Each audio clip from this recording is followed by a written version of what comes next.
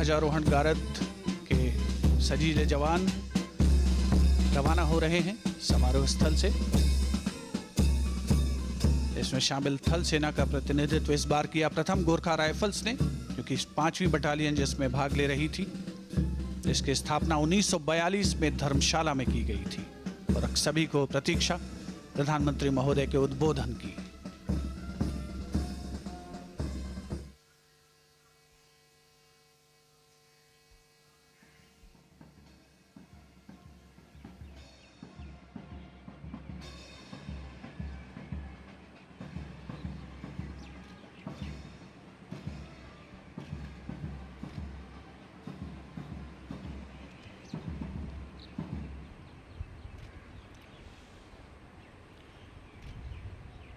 मेरे प्यारे देशवासियों, आज़ादी के इस पावन पर्व की सभी देशवासियों को बधाई और बहुत बहुत शुभकामनाएं।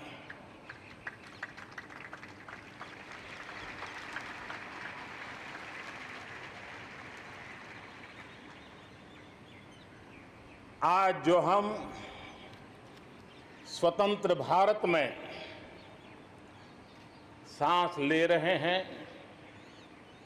उसके पीछे मां भारती के लाखों बेटे बेटियों, उनका त्याग, उनका बलिदान और मां भारती को आजाद कराने के संकल्प के प्रति उनका समर्पण आज ऐसे सभी हमारे स्वातंत्र सेनानियों का, आज़ादी के वीरों का, नर बांकुरों का, वीर शहीदों का नमन करने का ये पर्व है।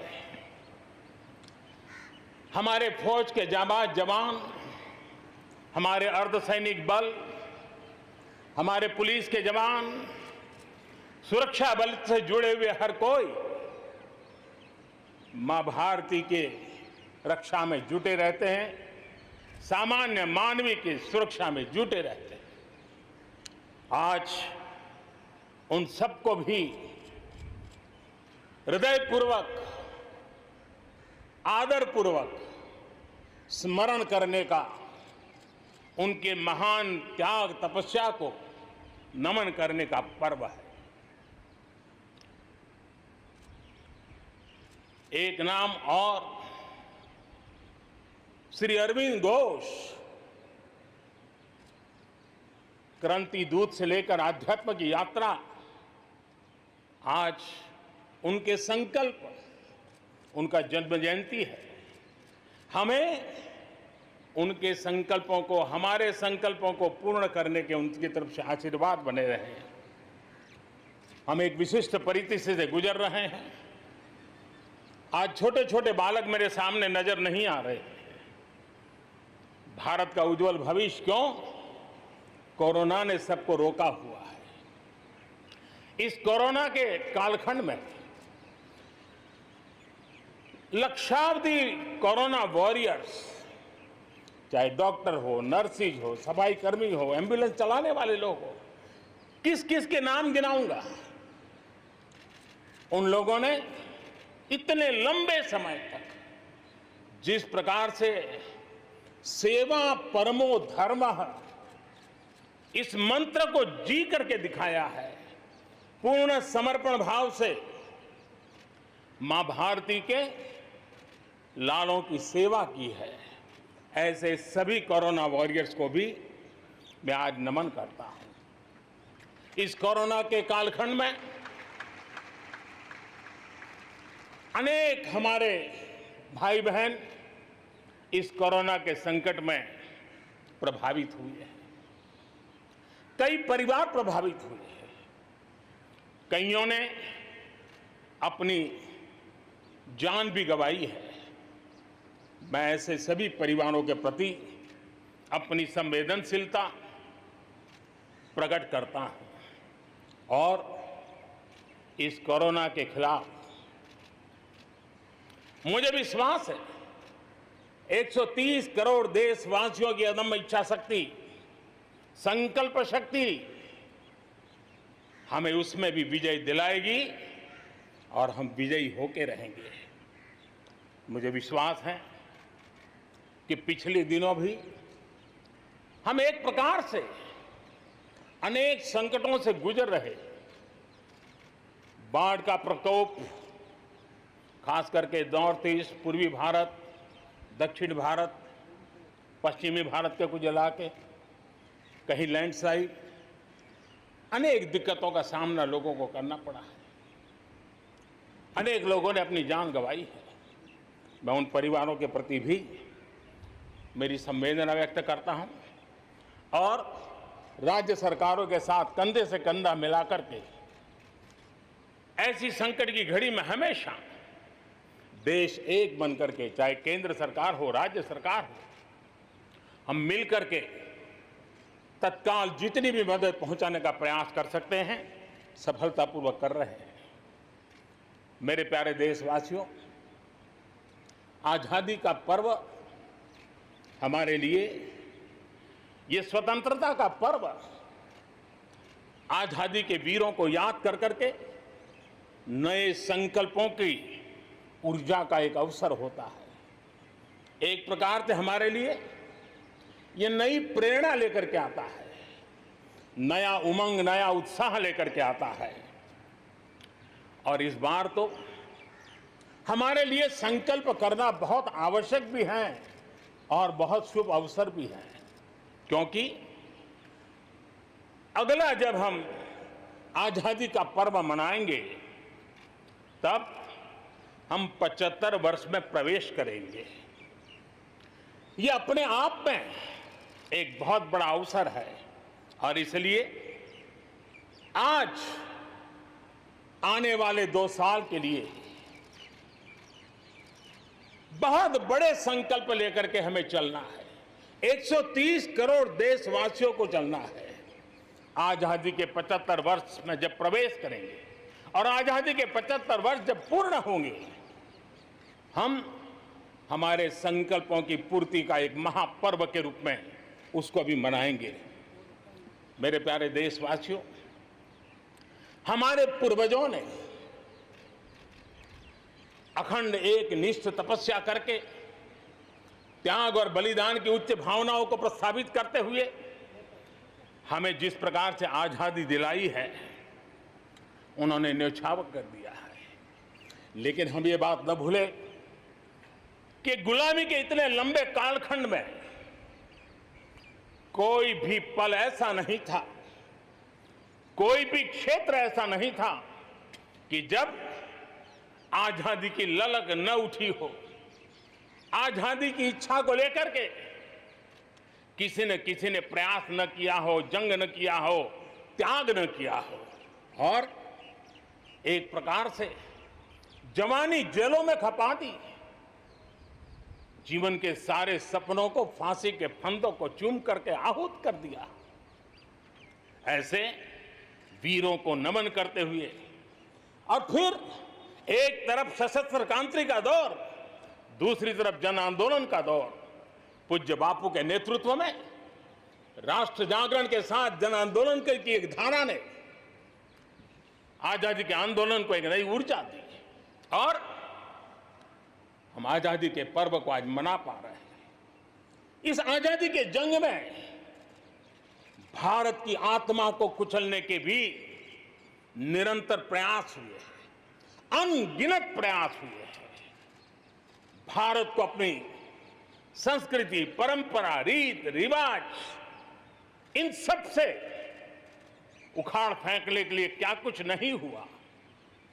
वो कालखंड था, सैकड़ों सालों का कालखंड था।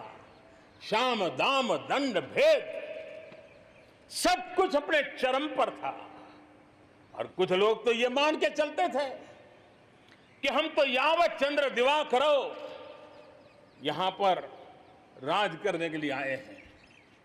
लेकिन आजादी की ललक ने उनके सारे मंसूबों को जमीन दोस्त कर दिया। उनकी सोच थी कि इतना बड़ा विशाल देश, अनेक राजे रजवाड़े, भांति भांति की बोलियां, पहनावे, खान पान, अनेक भाषाएं, इतनी विविधताओं के कारण बिखरा हुआ देश कभी एक होकर के आजादी का जंग लड़ नहीं सकता है। लेकिन इस देश की प्राण शक्ति वो पहचान नहीं पाए। अंतर्भूत जो प्राण शक्ति है, एकता का सूत्र जो हमें सबको बांध करके रखा हुआ है, उसने आजादी के उस पर्व में पूरी ताकत के साथ जब वो मैदान में आया तो देश आजादी के जंग में विजयी हुआ। हम ये भी जानते हैं कि वो कालखंड था, विस्तारवाद की सोच वालों ने दुनिया में जहां भी फैल सकते के फैलने का प्रयास किया, अपने झंडे गाड़ने की कोशिश की, लेकिन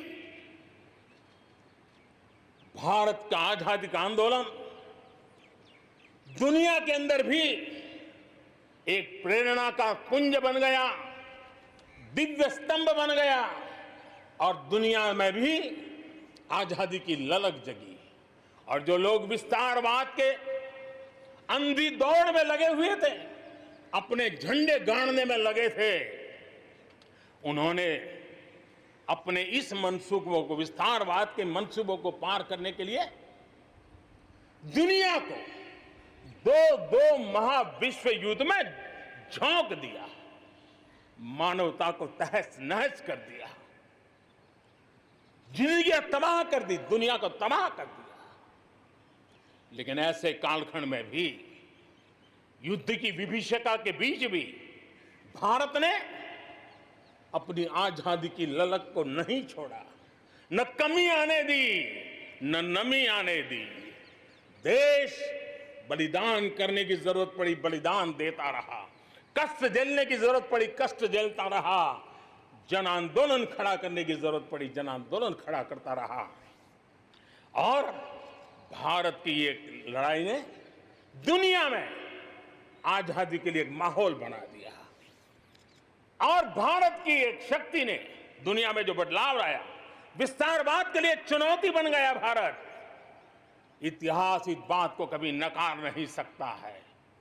इतिहास इस बात को नहीं। मेरे प्यारे देशवासियों, आजादी की लड़ाई में पूरे विश्व में भारत ने अपनी एकजुटता की ताकत, अपनी सामूहिकता की ताकत, अपने उज्जवल भविष्य के प्रति अपना संकल्प, समर्पण और प्रेरणा, उस ऊर्जा को लेकर के देश आगे बढ़ता चला गया। मेरे प्यारे देशवासियों, कोरोना वैश्विक महामारी के बीच 130 करोड़ भारतीयों ने संकल्प लिया, संकल्प आत्मनिर्भर बनने का। और आत्मनिर्भर भारत आज हर हिंदुस्तान के मन मस्तिष्क को में छाया हुआ है। आत्मनिर्भर भारत, ये सपना संकल्प में परिवर्तित देख रहे हैं। आत्मनिर्भर भारत ये एक प्रकार से शब्द नहीं, ये आज 130 करोड़ देशवासियों के लिए मंत्र बन गया है। हम जानते हैं, जब मैं आत्मनिर्भर की बात करता हूं, हम में से जो भी 25-30 साल की उम्र से ऊपर होंगे, उन सब ने अपने परिवार में अपने माता पिता या अपने बुजुर्गों से सुना होगा कि भाई बेटे बेटी अब 20 साल 21 साल के हो गए हो, अब अपने पैरों पे खड़े हो जाओ।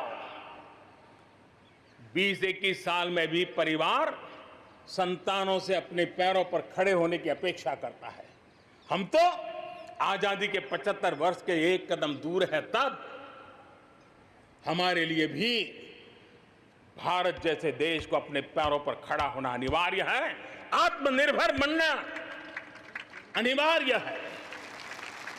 जो परिवार के लिए आवश्यक है, वो देश के लिए भी आवश्यक है। और इसलिए, और मुझे विश्वास है, भारत इस सपने को चरितार्थ करके रहेगा। और उसका कारण मेरे देश के नागरिकों के सामर्थ्य पर मुझे यकीन है। मुझे मेरे देश की प्रतिभा पर गर्व है। मुझे देश के युवाओं में, देश की मातृशक्ति में, हमारी महिलाओं में अप्रतिम सामर्थ्य जो है उस पर मेरा भरोसा है।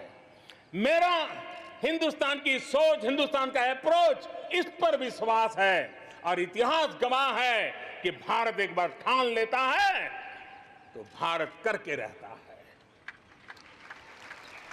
और इसी के कारण जब हम आत्मनिर्भर की बात करते हैं तो दुनिया को भी उत्सुकता भी है, भारत से अपेक्षा भी है। और इसलिए हमें उस अपेक्षा को पूर्ण करने के लिए अपने आप को योग्य बनाना बहुत आवश्यक है। हमें अपने आप को तैयार करना बहुत आवश्यक है। भारत के चिंतन में भारत जैसे विशाल देश, भारत युवा शक्ति से भरा हुआ देश, आत्मनिर्भर भारत की पहली शर्त होती है आत्मविश्वास से भरा हुआ भारत। उसकी यही नींव होती है और यही विकास को नई गति, नई ऊर्जा देने का सामर्थ्य रहती है। भारत विश्व एक परिवार के संस्कारों से पला बड़ा हुआ है। अगर वेद कहते थे वसुधैव कुटुंबकम तो विनोबा जी कहते थे जय जगत। और इसलिए हमारे लिए विश्व एक परिवार है। और इसलिए आर्थिक विकास भी हो, लेकिन साथ साथ मानव और मानवता का भी केंद्र स्थान होना चाहिए, इसका महत्व होना चाहिए। उसी को लेकर के हम चलते हैं। आज दुनिया इंटरकनेक्टेड है, आज दुनिया इंटरडिपेंडेंट है। और इसलिए समय की मांग है कि विश्व अर्थव्यवस्था में भारत जैसे विशाल देश का योगदान बढ़ना चाहिए। विश्व कल्याण के लिए भी ये भारत का कर्तव्य है। और भारत को अपना योगदान बढ़ाना है तो भारत को स्वयं को सशक्त होना होगा, भारत को आत्मनिर्भर होना होगा। हमें जग कल्याण के लिए भी अपने आप को सामर्थ्यवान बनाना ही पड़ेगा। और जब हमारी जड़ें मजबूत होगी, हमारा अपना सामर्थ्य होगा, तो हम दुनिया का भी कल्याण करने की दिशा में कदम उठा सकते हैं। हमारे देश में अथाक प्राकृतिक संपदा है, क्या कुछ नहीं है। आज समय की मांग है कि हमारे इन प्राकृतिक संसाधनों में हम वैल्यू एडिशन करें, हम हमारे मानव संपदा में मूल्य वृद्धि करें, नई ऊंचाइयों पर ले जाएं। और हम देश में कब तक कच्चा माल विदेश भेजते रहेंगे, रॉ मटेरियल कब तक दुनिया में भेजते रहेंगे। और देखिए तो रॉ मटेरियल दुनिया में भेजना और फिनिश गुड को दुनिया से वापस लाना, ये खेल कब तक चलेगा। और इसलिए हमें आत्मनिर्भर बनना होगा। हमारी हर शक्ति पर वैश्विक आवश्यकताओं के अनुसार मूल्य वृद्धि करना है, ये हमारा दायित्व है। ये वैल्यू एडिशन करने की दिशा में हम आगे बढ़ना चाहते हैं। हम विश्व में योगदान करने के लिए हम आगे बढ़ना चाहते हैं। विश्व में हम कुछ न कुछ, उसी प्रकार से कृषि क्षेत्र, एक समय था जब हम बाहर से गेहूं मंगवा करके अपना पेट भरते थे, लेकिन हमारे देश के किसानों ने वो कमाल करके दिखा दिया। आत्मनिर्भर भारत आज कृषि क्षेत्र में बना है। आज भारत के किसान, भारत के नागरिकों का ही पेट भरते इतना नहीं है। आज भारत वो स्थिति में है कि दुनिया में जिसकी जरूरत है उसको भी हम अन्न दे सकते हैं। अगर ये हमारी शक्ति है, आत्मनिर्भर की ये ताकत है, तो हमारे कृषि क्षेत्र में भी मूल्य वृद्धि आवश्यक है। वैश्विक आवश्यकताओं के अनुसार हमारे कृषि जगत में बदलाव की आवश्यकता है। विश्व की अपेक्षाओं को पूरा करने के लिए हमने हमारे कृषि जगत को भी आगे बढ़ाने की जरूरत है। आज देश अनेक नए कदम उठा रहा है और इसलिए अब आप देखिए स्पेस सेक्टर में हमने खुला कर दिया, देश के युवाओं को अवसर मिला है। हमने कृषि क्षेत्र को कानूनों से मुक्त कर दिया, बंधनों से मुक्त कर दिया। हमने आत्मनिर्भर बनाने का प्रयास किया हुआ है। जब भारत स्पेस सेक्टर में ताकतवर बनता है तो पड़ोसियों को जरूर उसका लाभ होता है। जब आप ऊर्जा के क्षेत्र में पावरफुल होते हैं तो जे देश अपना अंधेरा मिटाना चाहता है, भारत उसमें मदद कर सकता है। देश के जब हेल्थ सेक्टर का इंफ्रास्ट्रक्चर आत्मनिर्भर हो जाता है तो विश्व के अनेक देशों को टूरिज्म के रूप में, हेल्थ डेस्टिनेशन के रूप में भारत उनकी पसंदीदा बन सकता है। और इसलिए हमें आवश्यक है कि हम भारत में बने सामान की पूरी दुनिया में वाहवाही कैसी हो। और एक जमाना था हमारे देश में जो चीजें बनती थी, हमारे स्किल मैन पावर के द्वारा जो काम होता था, उसकी दुनिया में बहुत वाहवाह होती थी, इतिहास गवाह है। हमें जब आत्मनिर्भर की बात करते हैं तब सिर्फ इंपोर्ट कम करना इतना ही हमारी सोच नहीं है। जब आत्मनिर्भर की बात करते हैं तब हमारी ये जो कौशल्य है, हमारा जो ह्यूमन रिसोर्स का सामर्थ्य है, जब चीजें बाहर से आने लगती हैं तो उसका वो सामर्थ्य खत्म होता चला जाता है, पीढ़ी दर पीढ़ी वो नष्ट हो जाता है। हमें हमारे उस सामर्थ्य को बचाना भी है, बढ़ाना भी है, कौशल्य को बढ़ाना है, क्रिएटिविटी को बढ़ाना है और उसको लेकर के हमें आगे बढ़ना है। हमें स्किल डेवलपमेंट की दिशा में बल देना है। आत्मनिर्भर भारत के लिए, हमारे सामर्थ्य को बढ़ाने के लिए मेरे प्यारे देशवासियों, मैं जानता हूं जब मैं आत्मनिर्भर की बात करता हूं तब अनेक आशंकाएं प्रकट भी की जाती हैं। मैं इस बात को मानता हूं कि आत्मनिर्भर भारत के लिए लाखों चुनौतियां हैं और जब विश्व स्पर्धा के मोड़ में हो तब तो चुनौतियां बढ़ भी जाती हैं। लेकिन देश के सामने अगर लाखों चुनौतियां हैं तो देश के पास करोड़ों समाधान देने वाले शक्ति भी है, मेरे देशवासी भी हैं जो समाधान का सामर्थ्य देते हैं। अब देखिए कोरोना के संकट काल में हमने देखा कि बहुत सी चीजों के लिए हम कठिनाइयों में हैं, हमें दुनिया से लाना है, दुनिया दे नहीं पा रही थी। हमारे देश के नौजवानों ने, हमारे देश के उद्यमियों ने, हमारे देश के उद्योग जगत के लोगों ने बिड़ा उठा लिया। जिस देश में N95 नहीं बनता था बनने लगे, PPE नहीं बनता था बनने लग गए, वेंटिलेटर नहीं बनता था बनने लग गए। देश की आवश्यकताओं की तो पूर्ति हुई, लेकिन दुनिया में एक्सपोर्ट करने की हमारी ताकत बन गई। दुनिया की जरूरत थी, आत्मनिर्भर भारत दुनिया को कैसे मदद कर सकता है, आज हम इसमें हम देख सकते हैं। और इसलिए विश्व की भलाई में भी भारत का योगदान करना ये दायित्व बनता है और उसलिए भी हमें उसी प्रकार से बहुत हो चुका है। आजाद भारत की मानसिकता क्या होनी चाहिए? आजाद भारत की मानसिकता होनी चाहिए वोकल फॉर लोकल। हमारे जो स्थानीय उत्पाद है उसका हमने गौरवगान करना चाहिए। हम अपनी चीजों का गौरवगान नहीं करेंगे तो उसको अच्छा बनने का अवसर भी नहीं मिलेगा, उसकी हिम्मत नहीं बढ़ेगी। आइए हम मिलकर के संकल्प लें, आजादी के 75 साल के पर्व की ओर जब कदम रख रहे हैं तब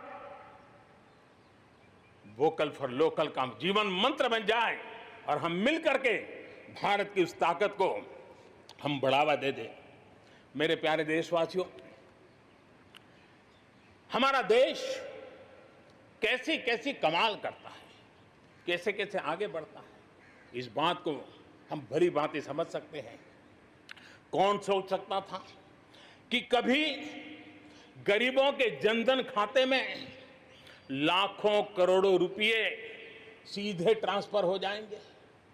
कौन सोच सकता था कि किसानों की भलाई के लिए एपीएमसी जैसा एक्ट में इतने बदलाव हो जाएंगे? कौन सोचता था हमारे व्यापारी आलम पे जो लटकती तलवार थी एसेंशियल कमोडिटी एक्ट इतने सालों के बाद वो भी बदल जाएगा। कौन सोचता था कि हमारा स्पेस सेक्टर हमारे देश के युवाओं के लिए खुला कर दिया जाएगा। आज हम देख रहे हैं, राष्ट्रीय शिक्षा नीति हो, one nation one ration card की बात हो, वन नेशन वन ग्रिड की बात हो, वन नेशन वन टैक्स की बात हो, इंसॉल्वेंसी और बैंकरप्सी कोड उसकी बात हो, चाहे बैंकों को मर्जर करने का प्रयास हो, देश की सच्चाई बन चुकी है, देश की हकीकत है। भारत में परिवर्तन के इस कालखंड में रिफॉर्म्स के परिणामों को दुनिया देख रही है। एक के बाद एक दूसरे से जुड़े हुए हम जो रिफॉर्म्स कर रहे हैं उसको दुनिया बहुत बारीकी से देख रही है। और उसी का कारण है बीते वर्ष भारत में एफडीआई में अब तक के सारे रिकॉर्ड तोड़ दिए। फॉरेन डायरेक्ट इन्वेस्टमेंट अब तक के सारे रिकॉर्ड तोड़ दिए। बीते वर्ष भारत में एफडीआई में 18% की वृद्धि हुई है, बढ़ोतरी हुई है। और इसलिए कोरोना काल में भी दुनिया की बड़ी बड़ी कंपनियां भारत की ओर रुख ले रही हैं। ये विश्वास ऐसे ही पैदा नहीं हुआ है, ऐसे ही दुनिया मोहित नहीं हुई है। इसके लिए भारत ने अपनी नीतियों पर, भारत ने अपने लोकतंत्र पर, भारत ने अपनी अर्थव्यवस्था की बुनियाद की मजबूती पर जो काम किए हैं उसने ये विश्वास जगाया है। दुनिया भर के अनेक बिजनेस भारत को सप्लाई चेन के केंद्र के रूप में आज देख रहे हैं। अब हमें मेक इन इंडिया के साथ साथ मेक फॉर वर्ल्ड ये मंत्र को लेकर के भी हमें आगे बढ़ना है। 130 करोड़ देशवासियों का सामर्थ्य जब एक ही समय में, जरा याद कीजिए पिछले कुछ दिन, और 130 करोड़ देशवासियों के सामर्थ्य के लिए गर्व कीजिए। कोरोना के इस महाकालखंड में एक तरफ चक्रवात, पूरब में भी चक्रवात, पश्चिम में भी चक्रवात, बिजली गिरने से अनेक लोगों की मौत की खबरें, कहीं पर बार बार भूस्खलन की घटनाएं, छोटे मोटे भूकंप के झटके इतना कम था तो हमारे किसानों के लिए टिड्डी दल की आपत्तियां आई। न जाने एक साथ एक के बाद एक मुसीबतों का अंबार लग गया। लेकिन उसके बावजूद भी देश जरा भी अपना विश्वास नहीं खोया। देश आत्मविश्वास के साथ आगे बढ़ता जाया गया। देशवासियों के जीवन को, देश की अर्थव्यवस्था को कोरोना के प्रभाव से जल्दी बाहर निकालना आज हमारी प्राथमिकता है। इसमें अहम भूमिका रहेगी नेशनल इंफ्रास्ट्रक्चर पाइपलाइन प्रोजेक्ट की। इस पर 110 लाख करोड़ उससे भी ज्यादा खर्च किए जाएंगे। इसके लिए अलग अलग सेक्टर्स में लगभग 7,000 प्रोजेक्ट्स की पहचान कर ली गई है। इससे देश के ओवरऑल इंफ्रास्ट्रक्चर डेवलपमेंट को एक नई दिशा भी मिलेगी, एक नई गति भी मिलेगी। और इससे हमेशा ये कहा जाता है, ऐसे संकट की घड़ी में जितना ज्यादा इंफ्रास्ट्रक्चर को बल दिया जाए ताकि आर्थिक गतिविधि बढ़ती है, लोगों को रोजगार मिलता है, काम मिलता है, उसके जुड़े हुए कई काम एक साथ चल जाते हैं। छोटे बड़े उद्योग, किसान, हर मध्यम वर्ग को इसका बहुत लाभ होता है। और आज मैं एक बात स्मरण करना चाहता हूं, जब अटल बिहारी वाजपेयी हमारे देश के प्रधानमंत्री थे, तब उन्होंने स्वर्णिम चतुर्भुज की एक बहुत बड़ी दूरगामी असर पैदा करने वाली योजना को प्रारंभ किया था और देश के रोड नेटवर्क के इंफ्रास्ट्रक्चर को नेक्स्ट जनरेशन पर ले गए थे, आज भी वो स्वर्णिम चतुर्भुज की तरफ देश बड़े गर्व से देख रहा है। हाँ, हमारा हिंदुस्तान बदल रहा है, देख रहा है। मेरे प्यारे देशवासियों, अटल जी ने अपने समय में एक काम किया, लेकिन अब हमें उसे आगे ले जाना है, हमें नई ओर ले जाना है। और अब हम साइलोज में नहीं चल सकते। हम इंफ्रास्ट्रक्चर को, रोड का रोड वाला काम करेगा, रेल का रेल में चला जाएगा, न रेल का रोड से संबंध, न रोड का रेल से संबंध, न एयरपोर्ट का पोर्ट से संबंध, न पोर्ट का एयरपोर्ट से संबंध, न रेलवे स्टेशन का बस से संबंध, बस स्टेशन से संबंध, न बस स्टेशन का रेलवे। ऐसी स्थिति नहीं चले। अब हमें सारा इंफ्रास्ट्रक्चर एक कॉम्प्रिहेंसिव हो, इंटीग्रेटेड हो, एक दूसरे के पूरक हो, रेल से रोड पूरक हो, रोड से सी पोर्ट पूरक हो, सी पोर्ट से पोर्ट पूरक हो।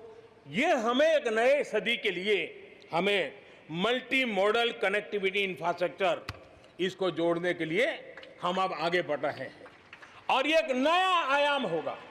बहुत बड़ा सपना लेकर के इस पर काम शुरू किया है और मुझे विश्वास है ये साइलोस को खत्म करके हमारे इस सारी व्यवस्था को एक नई ताकत देंगे। इसके साथ साथ हमारे समुद्री तट, विश्व व्यापार में समुद्री तटों का अपना बहुत महत्व होता है। जब हम पोर्ट लेड डेवलपमेंट को लेकर के चले हैं, तब हम आने वाले दिनों में समुद्री तट के पूरे हिस्से में 4 लेन रोड बनाने की दिशा में एक आधुनिक इंफ्रास्ट्रक्चर के लिए हम काम करेंगे।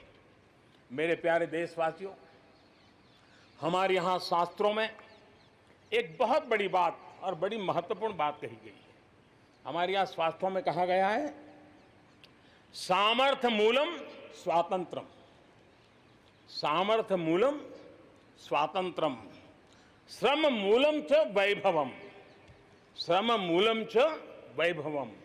यानी किसी समाज की, किसी भी राष्ट्र की आजादी का स्रोत उसका सामर्थ्य होता है और उसके वैभव, उन्नति, प्रगति का स्रोत उसकी श्रम शक्ति है।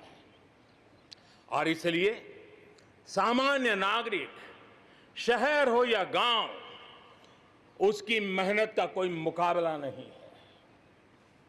मेहनत का समाज को जब सुविधाएं मिलती है, जीवन का संघर्ष, रोजमर्रा की मुसीबतें कम होती है, तो उसकी ऊर्जा, उसकी शक्ति बहुत खिल उठती है, बड़े कमाल करके देती है।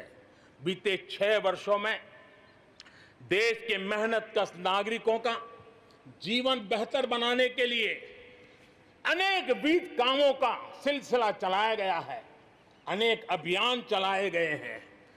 आप देखिए, बैंक खाता हो, पक्के घर की बात हो, इतनी बड़ी मात्रा में शौचालय बनाने हो, हर घर में बिजली कनेक्शन पहुंचाना हो, माताओं बहनों को धुएं से मुक्त करने के लिए गैस का कनेक्शन देना हो, गरीब से गरीब को बीमा सुरक्षा देने का प्रयास हो, 5 लाख रुपए तक अच्छे से अच्छे अस्पताल में मुफ्त इलाज कराने के लिए आयुष्मान भारत योजना हो, राशन की दुकानों को टेक्नोलॉजी से जोड़ने की बात हो, हर गरीब, हर व्यक्ति बिना किसी भेदभाव के पूरी पारदर्शिता के साथ उसको लाभ पहुंचाने में पिछले 6 साल ने बहुत अच्छी तरह प्रगति की है।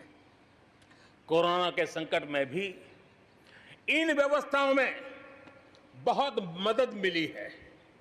इस दौरान करोड़ों गरीब परिवारों को मुफ्त गैस सिलेंडर पहुंचना, राशन कार्ड हो या न हो, 80 करोड़ से ज्यादा मेरे देशवासियों को उनके घर का चूल्हा जलता रहे, 80 करोड़ देशवासियों को मुफ्त में अनाज पहुंचाने का काम हो, 90,000 करोड़ रुपए से ज्यादा सीधे बैंक खाते में पैसे ट्रांसफर हो।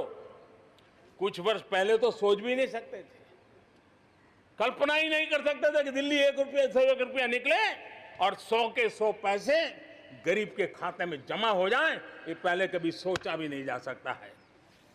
अपने ही गांव में रोजगार के लिए गरीब कल्याण रोजगार अभियान शुरू किया गया है। श्रमिक साथी खुद को रीस्किल करे, अपस्किल करे, इस पर विश्वास करते हुए, श्रम शक्ति पे भरोसा करते हुए, गांव के संसाधनों पर भरोसा करते हुए हम वोकल फॉर लोकल को बल देते हुए रीस्किल अपस्किल के द्वारा हम हमारे देश की श्रम शक्ति को, हमारे गरीबों को एम्पावर करने की दिशा में हम काम कर रहे हैं। शहर में हमारे जो श्रमिक हैं, क्योंकि आर्थिक गतिविधि का केंद्र शहर है, गांव से लोग दूर दूर से शहरों में आते हैं। स्ट्रीट वेंडर्स हो, रेडी पटरी वाले लोग हो, आज बैंकों से उनको सीधा पैसा देने की योजना चल रही है। लाखों लोगों ने इतने कम समय में कोरोना के कालखंड में इसका फायदा उठाया है। अब उनको कहीं से ज्यादा ब्याज से खानगी स्तर पर पैसे लेने की जरूरत नहीं पड़ेगी, बैंक से वो अधिकार से अपने पैसे ले पाएगा। उसी प्रकार से जब शहर में हमारे श्रमिक आते हैं, उनको रहने की अगर अच्छी सुविधा मिल जाए तो उनकी कार्य क्षमता में भी बहुत बढ़ोतरी होती है। और इसी बात को ध्यान में रखते हुए शहर के अंदर उनके लिए हमने आवास की व्यवस्था की एक बहुत बड़ी योजना बनाई है, ताकि शहर के अंदर जब श्रमिक आएगा तो वो अपने काम के लिए मुक्त मन से पूरे विश्वास के साथ आगे बढ़ पड़ेंगे। मेरे प्यारे देशवासियों, ये भी सही है कि विकास की इस यात्रा में भी हमने देखा है, जैसे समाज जीवन में कुछ तबके पीछे रह जाते हैं, गरीबी से बाहर निकल नहीं पाते हैं, वैसे राष्ट्र जीवन में भी कुछ क्षेत्र होते हैं, कुछ भूभाग होते हैं, कुछ इलाके होते हैं जो पीछे रह जाते हैं। आत्मनिर्भर भारत बनाने के लिए हमारे लिए संतुलित विकास बहुत आवश्यक है। और हमने 110 से ज्यादा आकांक्षी जिले आइडेंटिफाई किए हैं। उन 110 जिले जो एवरेज से भी पीछे हैं, उनको राज्य की और राष्ट्र की एवरेज तक ले आना है। सभी पैरामीटर में लेता है। वहां के लोगों को बेहतर शिक्षा मिले, वहां के लोगों को बेहतर स्वास्थ्य सुविधाएं मिले, वहां के लोगों को रोजगार के स्थानीय अवसर पैदा हो। और उसके लिए लगातार हमने इन 110 जिले जो हमारी विकास यात्रा में कहीं पीछे छूट गए हैं, उनको आगे ले जाने के लिए प्रयास कर रहे हैं। मेरे प्यारे देशवासियों, आत्मनिर्भर भारत की अहम प्राथमिकता आत्मनिर्भर कृषि और आत्मनिर्भर किसान, और इसको हम कभी भी नजरअंदाज नहीं कर सकते हैं। किसान को पिछले दिनों हमने देखा है, एक के बाद एक रिफॉर्म आजादी के इतने सालों के बाद किए गए हैं। किसान को तमाम बंधनों से मुक्त करना हो, वो काम हमने कर दिया है। आप सोच नहीं सकते होंगे, हमारे देश में आप अगर साबुन बनाते हैं, हिंदुस्तान के कोने में जाके साबुन बेच सकते हैं। आप अगर कपड़ा बनाते हैं, हिंदुस्तान के किसी कोने में जाके कपड़ा बेच सकते हैं। आप चीनी बनाएं, आप चीनी बेच सकते हैं। लेकिन मेरा किसान, बहुत लोगों को पता नहीं होगा, मेरे देश का किसान जो उत्पादन करता था, न वो अपनी मर्जी से बेच सकता था, न अपनी मर्जी से जहां बेचना चाहता था वहां बेच सकता था। उसके लिए जो दायरा तय किया था वहीं बेचना पड़ता था। उस सारे बंधनों को हमने खत्म कर दिया है। अब हिंदुस्तान का किसान उस आजादी की सांस को ले पाएगा, ताकि वो हिंदुस्तान के किसी में भी, दुनिया के किसी भी कोने में अपना माल बेचना चाहता है, वो अपने टर्म्स पर बेच पाएगा। इस बात को हमने किसान की आय को बढ़ाने के लिए अनेक वैकल्पिक चीजों को भी बल दिया है। उसके किसानी में इनपुट कॉस्ट कैसे कम हो, सोलार पंप, उसको डीजल पंप से मुक्ति कैसे दिला दे, अन्नदाता ऊर्जादाता कैसे बने, मधुमक्खी पालन हो, फिशरीज हो, पोल्ट्री हो, ऐसे अनेक चीजें उसके साथ जुड़ जाएं, ताकि उसकी आय दोगुना हो जाए। उस दिशा में हम लगातार काम कर रहे हैं। आज समय की मांग है, हमारा कृषि क्षेत्र आधुनिक बने, मूल्य वृद्धि हो, वैल्यू एडिशन हो, फूड प्रोसेसिंग हो, पैकेजिंग की व्यवस्था हो, उसको संभालने की व्यवस्था हो, और इसलिए अच्छे इंफ्रास्ट्रक्चर की जरूरत है। आपने देखा होगा इस कोरोना कालखंड में ही पिछले दिनों 1 लाख करोड़ रुपया एग्रीकल्चर इंफ्रास्ट्रक्चर के लिए भारत की सरकार ने आवंटित किए हैं और इंफ्रास्ट्रक्चर जो किसानों की भलाई के लिए होगा और इसके कारण किसान अपना मूल्य भी प्राप्त कर सकेगा, दुनिया के बाजार में बेच भी पाएगा, विश्व बाजार में उसकी पहुंच बढ़ेगी। आज हमने ग्रामीण उद्योगों को मजबूत करने की जरूरत है। ग्रामीण क्षेत्रों में विशिष्ट प्रकार से आर्थिक क्लस्टर बनाने जाएंगे। कृषि और गैर कृषि उद्योगों को गांव के अंदर एक जाल बनाई जाएगी और उसके कारण उसके साथ साथ किसानों के लिए जो नई एफपीओ हमने बनाने का, किसान उत्पादक संघ बनाने का जो हमने कोशिश की है, वो अपने आप में एक बहुत बड़ा इकोनॉमिकल एम्पावरमेंट का काम करेगा। भाइयों बहनों, मैंने पिछली बार यहां पर जल जीवन मिशन की घोषणा की थी। आज उसको 1 साल हो रहा है। मैं आज गर्व से कह सकता हूं कि जो हमने सपना लिया है कि पीने का शुद्ध जल, नल से जल हमारे देशवासियों को मिलना चाहिए। स्वास्थ्य की समस्याओं का समाधान भी शुद्ध पीने के जल से जुड़ा हुआ होता है। अर्थव्यवस्था में भी उसका बहुत बड़ा योगदान होता है और उसको लेकर के जल जीवन मिशन शुरू किया।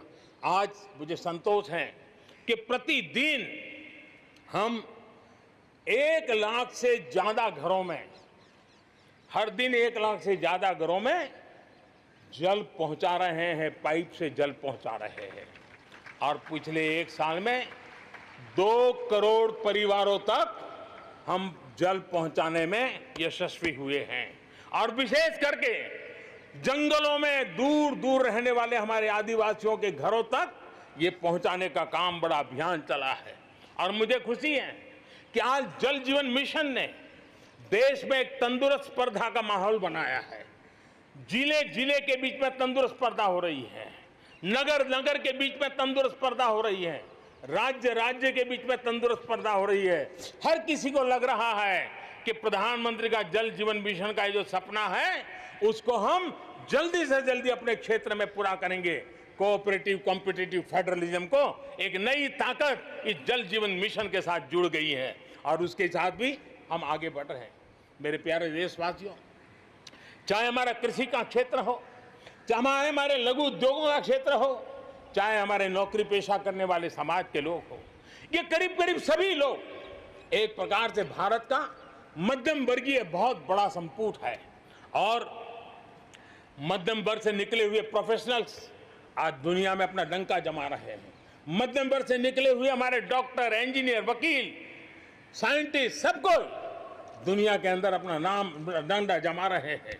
और इसलिए ये बात तय है कि मध्यम वर्ग को जितने अवसर मिलते हैं वो अनेक गुना ताकत के साथ उभर करके आते हैं। और इसलिए मध्यम वर्ग को सरकारी दखलंदाजी से मुक्ति चाहिए।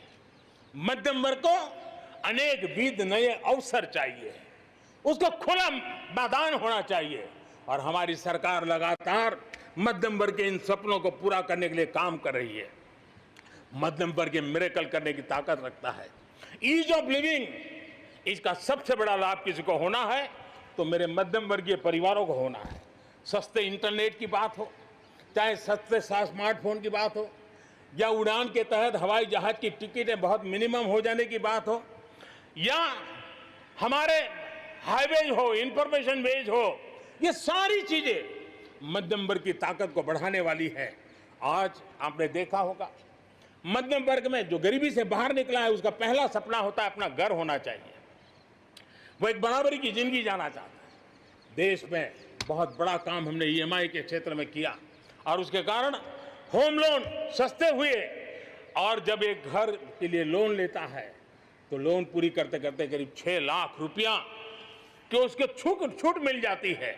यह इतना ही नहीं, पिछले दिनों ध्यान में आया कि बहुत गरीब मध्यम वर्ग के परिवारों ने पैसे लगाए हुए हैं, लेकिन योजनाएं पूरी न होने के कारण खुद का घर मिल नहीं रहा है, किराया भरना पड़ रहा है। भारत सरकार ने 25,000 करोड़ रुपया का विशिष्ट फंड बना करके ये जो आधे अधूरे घर हैं उनको पूरा करके मध्यम वर्गीय परिवारों को घर मिल जाए, उसके लिए हमने अब कदम उठाया है। जीएसटी में बहुत तेजी से टैक्सेशन कम हुआ है, इनकम टैक्स कम हुआ है। आज मिनिमम उस प्रकार के व्यवस्थाओं के साथ हम देश को आगे बढ़ाने का प्रयास कर रहे हैं। कोऑपरेटिव बैंकों को आरबीआई से जोड़ना, ये अपने आप में मध्यम वर्गीय परिवारों के पैसों को सुरक्षित रखने की गारंटी इसके साथ जुड़ी हुई है। एमएसएमई सेक्टर में जो रिफॉर्म्स हुए हैं, एग्रीकल्चर सेक्टर में जो रिफॉर्म्स हुए हैं, इसका सीधा सीधा लाभ हमारे मध्यम वर्गीय मेहनतकश परिवारों को जाने वाला है। और उसके कारण हजारों करोड़ रुपए के स्पेशल फंड आज जो हमारे व्यापारी बंधुओं को, हमारे में लघु उद्योगकारों को हम दे रहे हैं, उनको इसका लाभ मिलने वाला है। आम भारतीय की शक्ति, उसकी ऊर्जा आत्मनिर्भर भारत अभियान का एक बहुत बड़ा आधार है। इस ताकत को बनाए रखने के लिए हर स्तर पर निरंतर काम जारी है। मेरे प्यारे देशवासियों, आत्मनिर्भर भारत के निर्माण में, आधुनिक भारत के निर्माण में, नए भारत के निर्माण में, समृद्ध और खुशहाल भारत के निर्माण में देश की शिक्षा का बहुत बड़ा महत्व है। इसी सोच के साथ देश को 3 दशक के बाद नई राष्ट्रीय शिक्षा नीति देने में हम आज यशस्वी हुए हैं और हिंदुस्तान के हर कोने में इसकी स्वागत के समाचार एक नई ऊर्जा, नए विश्वास दे रहे हैं। ये शिक्षा, ये राष्ट्रीय शिक्षा नीति हमारे विद्यार्थियों को जड़ से जोड़ेगी, लेकिन साथ साथ उसको एक ग्लोबल सिटीजन बनाने का भी पूरा सामर्थ्य देगी। वो जड़ों से जुड़ा होगा, लेकिन उसका सर आसमान की ऊंचाइयों को छूता होगा। आज आपने देखा होगा, राष्ट्रीय शिक्षा नीति में एक विशेष बल दिया गया है नेशनल रिसर्च फाउंडेशन का, क्योंकि देश को प्रगति करने के लिए इनोवेशन बहुत आवश्यक होता है। इनोवेशन को जितना बल मिलेगा, रिसर्च को जितना बल मिलेगा, उतना ही देश को आगे ले जाने में और कॉम्पिटिटिव वर्ल्ड के अंदर आगे बढ़ने में बहुत ताकत मिलेगी। आपने सोचा होगा, क्या कभी इतना तेजी से गांव तक ऑनलाइन क्लासेस का इतना माहौल बन जाएगा? कभी कभी आफत में भी कुछ ऐसी चीजें उभर करके आ जाती हैं, नई ताकत दे देती है। और इसलिए आपने देखा होगा, कोरोना काल में ऑनलाइन क्लासेस एक प्रकार से कल्चर बन गया है। आप देखिए, ऑनलाइन डिजिटल ट्रांजैक्शन वो भी कैसे बढ़ रहे हैं। भीम यूपीआई गत 1 महीने में, यानी किसी को भी गर्व होगा कि भारत जैसे देश में यूपीआई भीम के द्वारा गत 1 महीने में 3 लाख करोड़ रुपए का ट्रांजैक्शन हुआ है। ये अपने आप में हम किस प्रकार से बदली हुई स्थितियों को स्वीकार करने लगे हैं, ये इसका नमूना है। आप देखते हैं, 2014 से पहले हमारे देश में 5 दर्जन पंचायतों में ऑप्टिकल फाइबर था। गत 5 वर्ष में 1.5 लाख ग्राम पंचायतों तक ऑप्टिकल फाइबर नेटवर्क पहुंच चुका है, जो आज इतना मदद कर रहा है। सभी पंचायतों में पहुंचने के लक्ष्य के साथ हमने काम शुरू किया था। जो 1 लाख पंचायतें बाकी हैं, वहां भी तेजी से काम चल रहा है। लेकिन बदली पड़ी हुई परिस्थिति में गांव की भी डिजिटल इंडिया में भागीदारी अनिवार्य बन गई है। गांव के लोगों को भी इस प्रकार की ऑनलाइन सुविधाओं की जरूरत बढ़ गई है। इसको ध्यान में रखते हुए पहले जो हमने कार्यक्रम बनाया था, हर पंचायत तक पहले पहुंचेंगे, लेकिन आज मैं आपसे बताना चाहूंगा कि अब हमने तय किया है कि सभी 6 लाख से ज्यादा जो हमारे गांव है, उन सभी गांवों में ऑप्टिकल फाइबर नेटवर्क पहुंचाया जाएगा। जरूरत बदली है तो हमने प्रायोरिटी भी बदली है। 6 लाख से अधिक गांवों में हजारों लाखों किलोमीटर ऑप्टिकल फाइबर का काम चलाया जाएगा। और हमने तय किया है 1000 दिन में, 1000 दिन के अंदर अंदर देश के 6 लाख से अधिक गांवों में ऑप्टिकल फाइबर नेटवर्क काम पूरा कर दिया जाएगा। बदलती हुई टेक्नोलॉजी में साइबर स्पेस, ये हमारी निर्भरता बढ़ती ही जाने वाली है। लेकिन साइबर स्पेस में खतरे भी जुड़े हुए होते हैं, भली भांति दुनिया इससे अब परिचित है, और इनसे देश के सामाजिक ताने बाने, हमारी अर्थव्यवस्था और हमारे देश के विकास पर भी खतरे पैदा करने का ये आसान मार्ग बन सकता है। और इसलिए भारत इसमें बहुत सचेत है, भारत बहुत सतर्क है और इन खतरों का सामना करने के लिए फैसले ले रहा है। इतना ही नहीं, नई व्यवस्थाएं भी लगातार विकसित की जा रही है। बहुत ही अल्प समय में नई साइबर सुरक्षा रणनीति, इसका एक पूरा खाका देश के सामने आएगा। आने वाले समय में सब इकाइयों को जोड़ करके हम इस साइबर सिक्योरिटी के अंदर सबको एक साथ चलना पड़ेगा, उसके लिए आगे बढ़ने की रणनीति बनाएंगे। मेरे प्यारे देशवासियों, भारत में महिला शक्ति को जब जब भी अवसर मिले उन्होंने देश का नाम रोशन किया, देश को मजबूती दी है। महिलाओं को स्वरोजगार और रोजगार के समान अवसर देने के लिए आज देश प्रतिबद्ध है। आज भारत में महिलाएं अंडरग्राउंड कोयले की खदान में काम कर रही हैं, तो आज मेरे देश की बेटियां फाइटर प्लेन भी उड़ा करके आसमान की बुलंदियों को चूम रही है। आज भारत दुनिया के उन देशों में है जहां नौसेना और वायुसेना में महिलाओं को कॉम्बैट रोल में शामिल किया जा रहा है।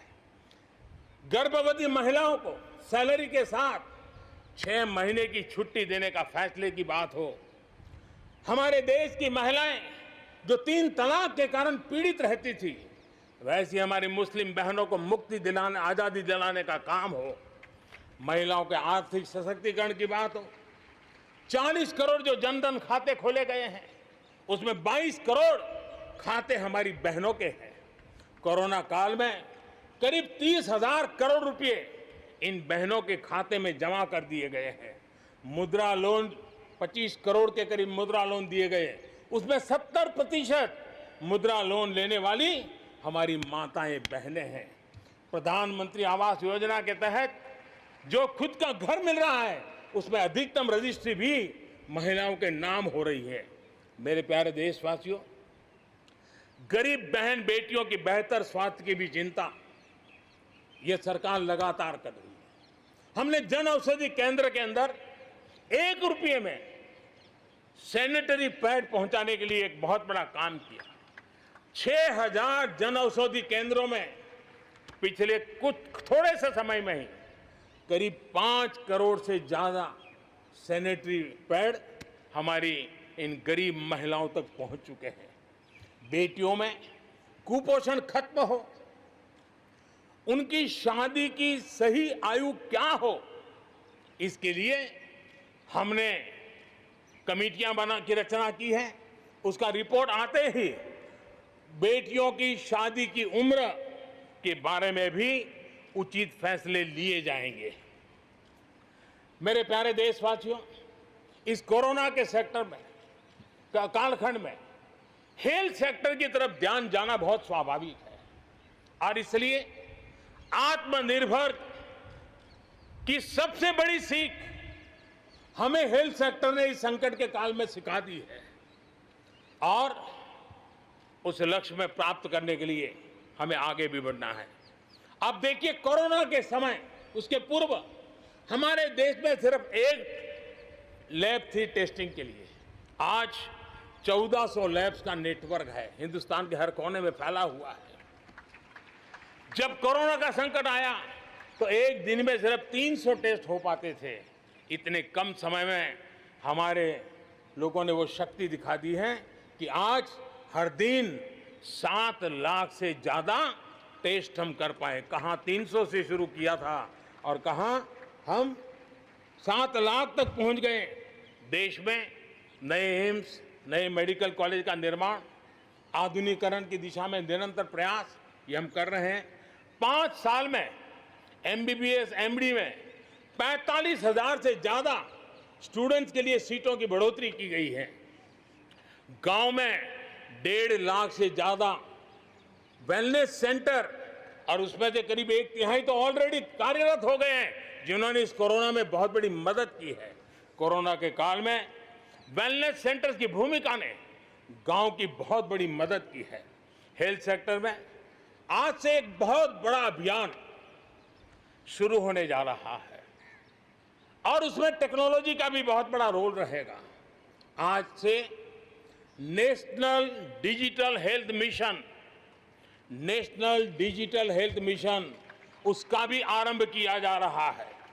भारत के हेल्थ सेक्टर में ये एक नई क्रांति ले आएगा।